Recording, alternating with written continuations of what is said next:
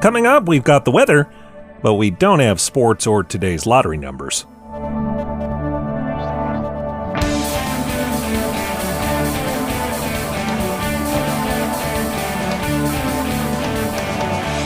It's time for Cool, Weird, Awesome, where we predict you'll learn something interesting when you check out our show. I'm Brady. It's Friday, March 25th. Spring is here, and for a lot of places, spring is also tornado season.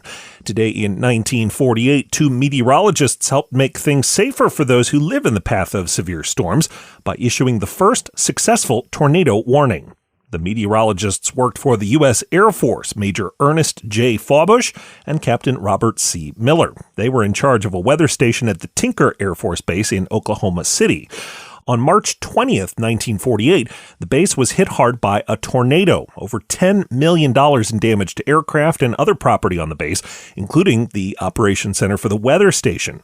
The forecasters explained to the top brass that while they could say a tornado was likely to develop, they couldn't be sure about where or when it might hit. Being in Oklahoma, the military base needed a heads up about severe weather.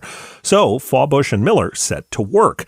For the next few days, they studied past tornadoes to see whether they could find patterns in the weather conditions that came up before the storms. Just 5 days after that destructive tornado, they had a theory, and they wouldn't have to wait long to test it out. The conditions on that very day were similar to the ones that led to the tornado that had cut right through the base.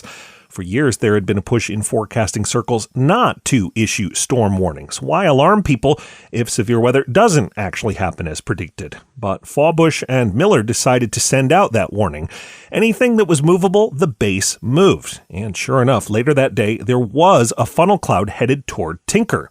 It caused plenty of damage, but not nearly as much as there would have been without the warning. So Fawbush and Miller proved that meteorologists could predict tornadoes.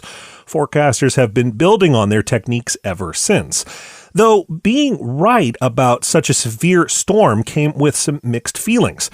Miller once wrote in a manuscript about his work that he understood how it might seem ghoulish from the outside for a forecaster to be proud of getting a severe weather prediction right. He said, quote, "We are really nice people, but odd." You can learn more about the first ever successful tornado warning at coolweirdawesome.com and on Twitter at coolweirdpod. You've probably heard of a player piano, where a sheet of instructions can direct an instrument to play certain notes at certain times. Well, here's something close to a player guitar. It's called the Circle Guitar by Anthony Dickens. It has a rotating sequencer disc that can make the strings vibrate in a pattern. The guitarist would still fret those strings and choose the notes, but they do it in tandem with the sequencer.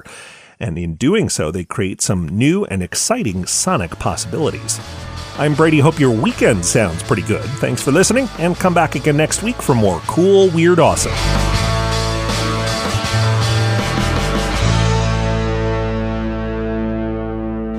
Another helpful Brady Carlson project.